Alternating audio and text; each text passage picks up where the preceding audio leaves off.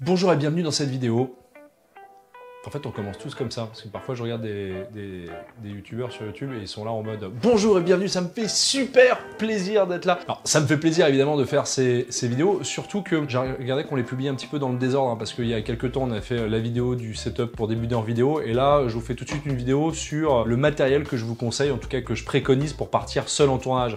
Alors seul, c'est des gros guillemets, hein, parce qu'on a été 4 pour monter tout le matos. Il n'y a pas l'ascenseur. C'est chiant. 4 étages. Je vais vous parler de tout ça. Avec les retours que vous nous faites tous les jours chez SOS Ciné, à force que vous nous expliquiez vos problématiques, on finit par réfléchir, penser et essayer de solutionner pour vous rendre la vie meilleure en tournage. Et cette vidéo est un petit peu le fruit de ma réflexion personnelle par rapport aux problématiques qui m'ont été soumises.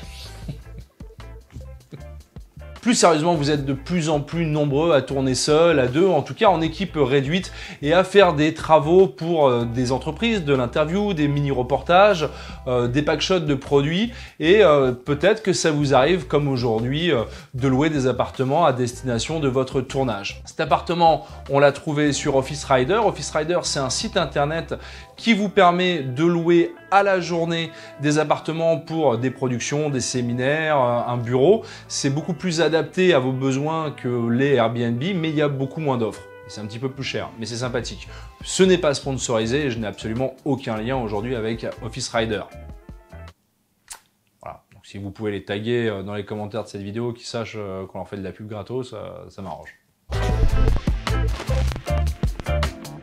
J'ai décidé de louer ce petit lieu de tournage simplement pour sortir du cadre habituel dans lequel on était et sortir de notre zone de confort afin de se confronter en réel aux problématiques que vous avez sur vos tournages pour essayer de comprendre comment on pouvait adapter nos solutions de location à vos besoins. Cette vidéo est née d'une collaboration, celle avec Holyland, qui nous a envoyé gracieusement un Mars 400S. Mars 400S, c'est un appareil qui permet de transmettre sans fil le signal vidéo d'un boîtier à un écran. Alors, vous allez le voir, il faut des accessoires afin de rendre le tout ergonomique et facile d'utilisation. Et je vous montrerai aussi l'utilité d'un tel accessoire. Et ça va peut-être au-delà de ce que vous pouvez imaginer. Comme tout transmetteur sans fil, le Mars 400S se compose d'un transmetteur qui vient se brancher directement sur l'appareil et d'un récepteur qui vient se brancher directement sur l'écran. Chez SOS Ciné, on a étudié deux rigs distincts, celui pour la caméra et celui pour l'écran, afin de vous permettre d'être tranquille en toute situation et de pouvoir vous balader avec votre écran autour du cou tout en gardant le signal de votre caméra. Afin d'installer le Mars 400S Pro sur votre caméra, nous l'avons équipé d'une cage qui nous permet de le glisser directement sur la grille flash. Alors petit bémol sur l'installation de la grille flash du Mars 400S Pro, puisque la vis de serrage fait un petit peu mal aux doigts et se serre pas convenablement. Essayez de vous aider à la rigueur d'une pince, c'est pas extrêmement pratique et j'espère qu'ils pourront prendre en considération les remarques que nous leur referons remonter afin de modifier le produit ou d'en améliorer les suites. Nous l'avons aussi équipé d'un transformateur NPF vers V-Lock qui nous permet d'aller mettre au cul du Mars 400S Pro une petite V-Lock 90 Wh nano de chez FX Lyon et ainsi d'alimenter le Mars 400S Pro et votre appareil.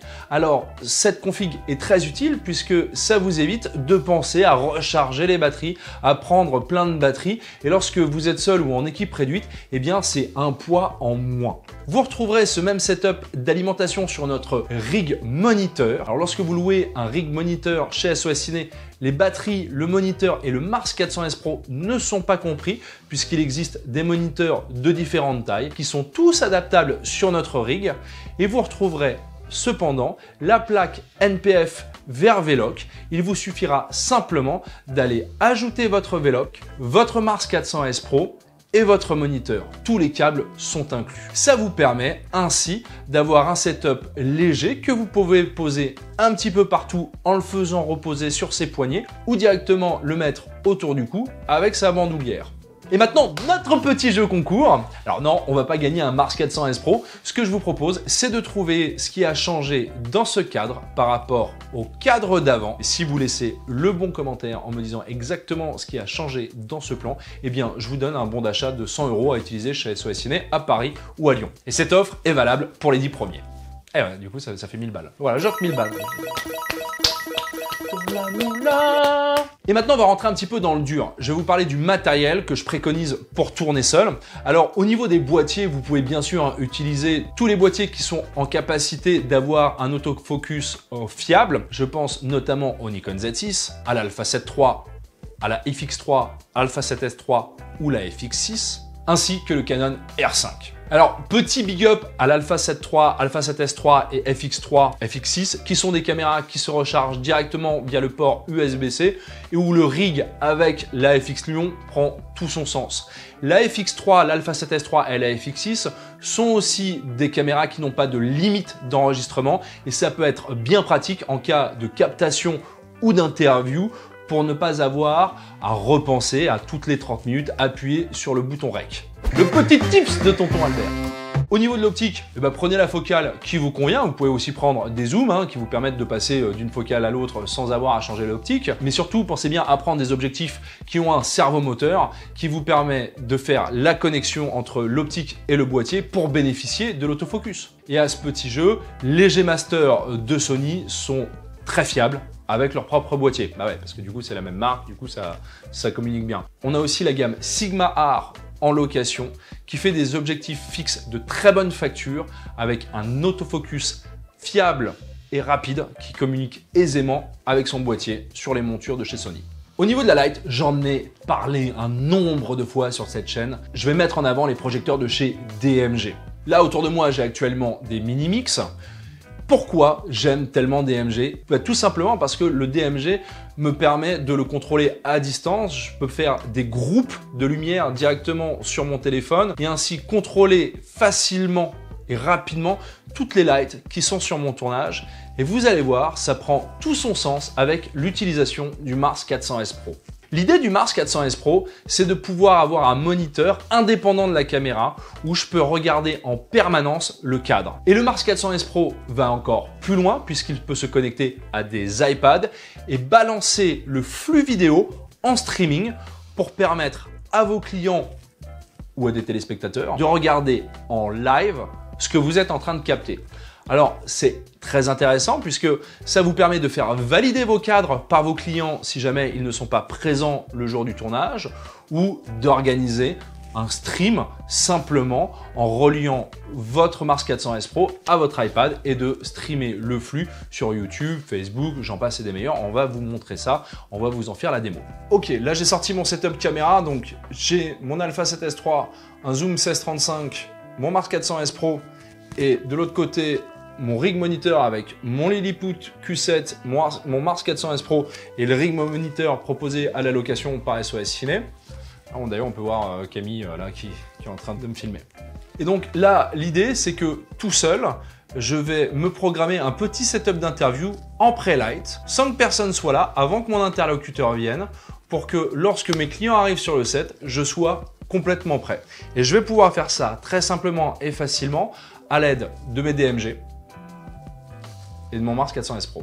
Le petit tips de tonton Albert.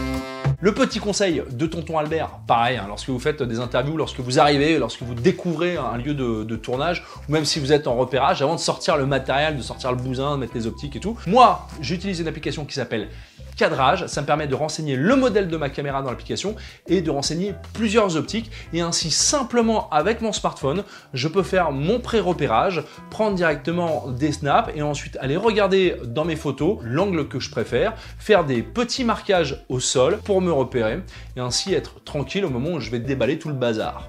Mais cette vidéo est pleine de trucs et pleine d'astuces.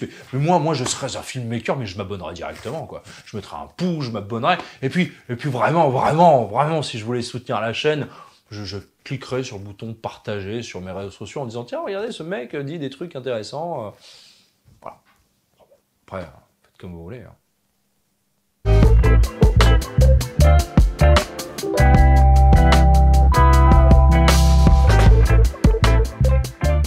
Voilà. Du coup, je vais clapper pour le son. Là, on voit vraiment l'utilité du Mars 400S Pro couplé à notre rig et à notre moniteur, puisque seul, ça me permet de me faire mon cadre. Et si jamais j'avais une personne qui m'accompagnait qui n'était pas professionnelle, je pourrais lui donner des indications simples pour pouvoir parfaire mon désir de réalisation. Monte le cadre, descend le cadre, triture un peu les branches du pied pour que ça descende et que ça monte.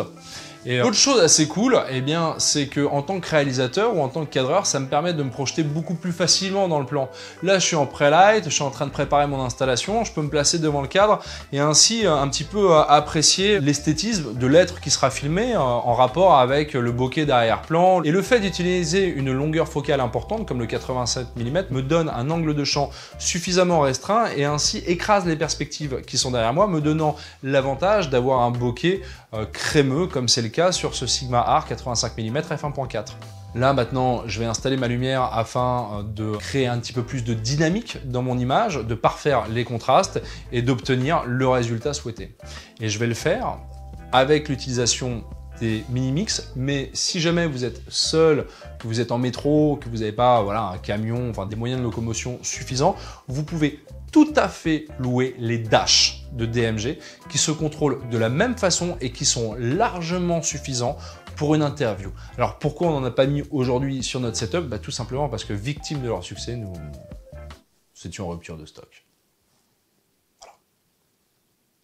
L'idée aussi, lorsque j'installe ma lumière, c'est de vérifier grâce à mon moniteur que je ne suis pas en train de foutre une lumière dans le champ, ça peut être chiant. Voilà.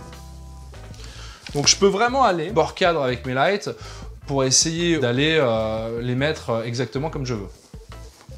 Là, je vais vraiment essayer d'aller la foutre le plus possible en back sans pour autant rentrer dans le cadre. Et là, je suis assez bien. Alors l'idée là, c'est d'éloigner un petit peu ma key light, mon projecteur, un petit peu de moi là, puisque j'ai quand même un projecteur relativement puissant qui me permet d'émettre un gros flux lumineux. Ça ne sera pas exactement la même chose avec les Dash, mais l'idée c'est de l'éloigner et ainsi récupérer le flux lumineux de ma fill light pour aller le faire taper sur mon réflecteur et l'utiliser comme une key light. Je vous montre ça en image. Voilà.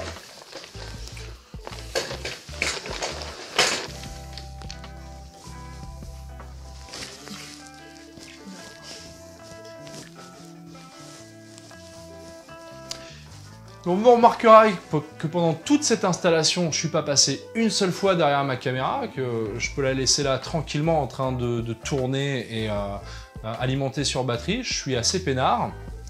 Moi, je peux aller me positionner. Alors je vois que je suis un petit peu casquette, mais c'est pas grave. C'est des choses qu'on réglera en dernière partie. Et l'autre intérêt de ces DMG, eh bien, c'est de pouvoir les contrôler à distance avec l'application MyMix. Et ainsi de créer l'ambiance que je recherche. Voilà. Non. On va descendre un peu. Voilà, je suis bien. Si jamais vous êtes interloqué par les accessoires que l'on a mis sur nos lights, sachez qu'on a fait une autre vidéo là-dessus en tournage. On a fait tout un tuto où on vous apprend à setuper ces lumières et on a fait un autre tuto où je vous montre en conditions réelles de clip à quoi ça sert et comment je les utilise. On vous met les liens dans la description. Voilà, donc là ça commence à être pas mal, j'ai quelque chose d'un petit peu doux, contrasté. Moi je vais gentiment, voilà, hop, avec ça, essayer d'aller, voilà, récupérer un petit peu de lumière. Là je vois que je suis un peu en piqué. Voilà, faut que ça reste doux. Voilà, je vais aller parfaire mon cadre, augmenter un petit peu mon cadre, parce que là, on ne me voit plus, je suis coupé au niveau du nez. Et je pense que je suis pas mal. Je pense que mon setup sera prêt. J'ai fait ça tout seul, simplement, sans me prendre la tête, sans courir partout. J'étais tranquille assis sur ma chaise avec mon moniteur, je me baladais avec. Je trouve ça extrêmement agréable, voilà, j'aime beaucoup cette façon de faire. L'autre chose très pratique chez Holyland, c'est de permettre via l'application de récupérer le flux vidéo sur son téléphone ou son iPad. Et l'iPad ou le téléphone se transforme en véritable moniteur professionnel puisque vous allez retrouver directement dans l'application tous les outils que vous pourrez retrouver dans un moniteur professionnel. Alors, je pense notamment au Zebra, au Picking, au Waveform. Vous pouvez aussi incorporer des luttes 3D. Là où le Mars 400S Pro vous nous emmène encore plus loin, c'est la possibilité de diffuser le flux directement sur les réseaux sociaux. Alors pour cela, il suffit de configurer un lien RTMP sur Facebook ou sur Google, le récupérer, le rentrer dans l'application sur son téléphone et vous créez ainsi un lien de diffusion que votre client ou des connectés au stream peuvent voir. Ce qui fait que je peux créer un setup de stream extrêmement facilement, uniquement avec le Mars 400S Pro et mon téléphone. Les autres choses à savoir qui sont très importantes, c'est comment bien régler votre caméra avec le Holy Land. Notamment, il faut débrider la sortie HDMI afin d'empêcher le flux des informations du moniteur de passer par la sortie. C'est une petite manip à faire, elle est différente sur toutes les caméras et n'hésitez pas lors de votre passage chez SOS Ciné à demander à un opérateur de vous le faire avant le tournage. Sachez que toutes les personnes qui travaillent chez SOS Ciné sont dévouées à la réussite de votre projet, alors n'hésitez pas à les solliciter et à poser un maximum de questions. Chez SOS Ciné, nous allons évidemment proposer le Mars 400S Pro à la location, c'est un très bon produit et je le recommande. Sachez qu'il y a des différences entre tous nos transmetteurs et qu'ils ne se valent pas tous. Nous avons le Mars 300 qui est notre transmetteur d'entrée de gamme qui fait passer un flux HDMI avec 2 millisecondes de latence. Vous allez retrouver ensuite le Mars 400 qui est un transmetteur HDMI SDI qui a lui aussi 2 millisecondes de latence. Vous aurez ensuite le Mars 400S Pro, celui que nous avons testé aujourd'hui, qui est aussi un transmetteur à latence puisqu'il a 1 milliseconde de latence, ce qui veut dire qu'il y a entre le moment où vous recevez l'information sur votre écran et au moment où vous captez l'information sur votre caméra, une latence. Ce qui rend des exercices de mise au point, notamment par des pointeurs professionnels, plus compliqués. C'est pour ça que nous avons des gammes supérieures, le Cosmo 600 et les Teradek, qui sont des transmetteurs sans latence, qui valent aussi beaucoup plus cher, mais qui sont destinés au monde de l'audiovisuel avancé pour les pointeurs. Voilà, ce format était un petit peu différent de celui de d'habitude, il y avait évidemment moins de blagues, moins d'humour, on est en collaboration avec une marque et je me suis dit que je leur devais le respect et tout mon sérieux. J'espère que ça vous a plu, n'hésitez pas dans les commentaires à me dire ce que vous souhaitez voir, comment vous penseriez que l'on peut s'améliorer et restez gentils parce que quand vous êtes méchant, ça fait de la peine.